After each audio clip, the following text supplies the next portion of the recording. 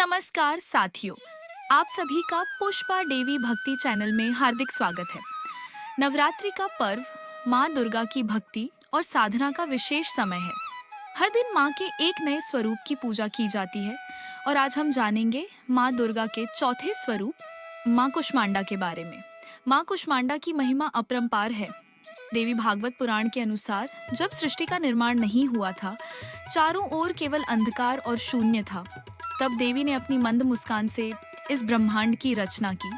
इसीलिए उन्हें कुष्मांडा कहा गया।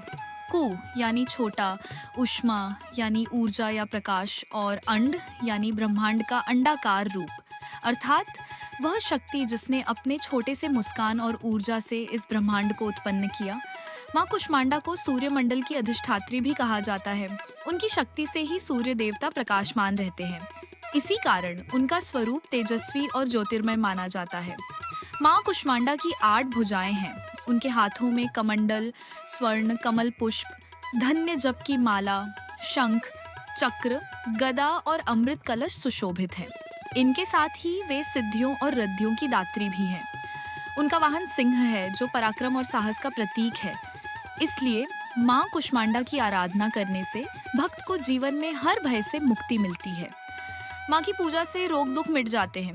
भक्त के जीवन में सुख, शांति और समृद्धि का वास होता है।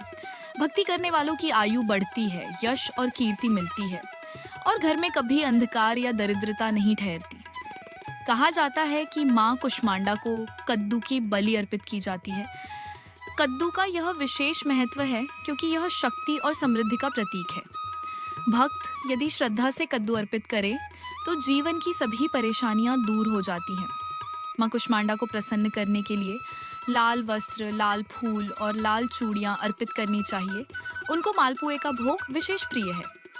यदि भक्त मालपुए का भोग लगाकर किसी दुर्गा मंदिर में ब्राह्मणों को इसका प्रसाद वितरित करता है तो माँ की कृपा तुरंत प्राप्त होती है। इसके प्रभाव से बुद्धि, विवेक और कौशल में वृद्धि होती है। माँ कुष्मांडा योग और ध्यान की देवी भी मानी जाती हैं। उनका यह स्वरूप अन्नपूर्णा का भी स्वरूप है, जो सभी प्राणियों को भोजन और जीवन शक्ति प्रदान करता है।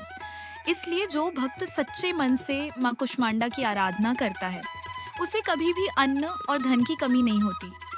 भाइयों और बहनों, नवरात्रि के इस पावन अवसर पर यदि हम माँ कुष्मांडा की साधना पूरी श्रद्धा और विश्वास के साथ करें तो हमारे जीवन से सभी क्लेश मिट जाते हैं। घर में सुख, शांति और समृद्धि का वास होता है। मन की चिंताएं दूर होती हैं और आत्मबल बढ़ता है। जय माँ कुष्मांडा। दोस्तों, कैसी लगी आपको हमारी यह विस्तृत जानकारी? अगर आपको ये कथा और पूजा विधि पसंद आई हो तो इसे अधिक से अधिक लोगों तक साझा करें।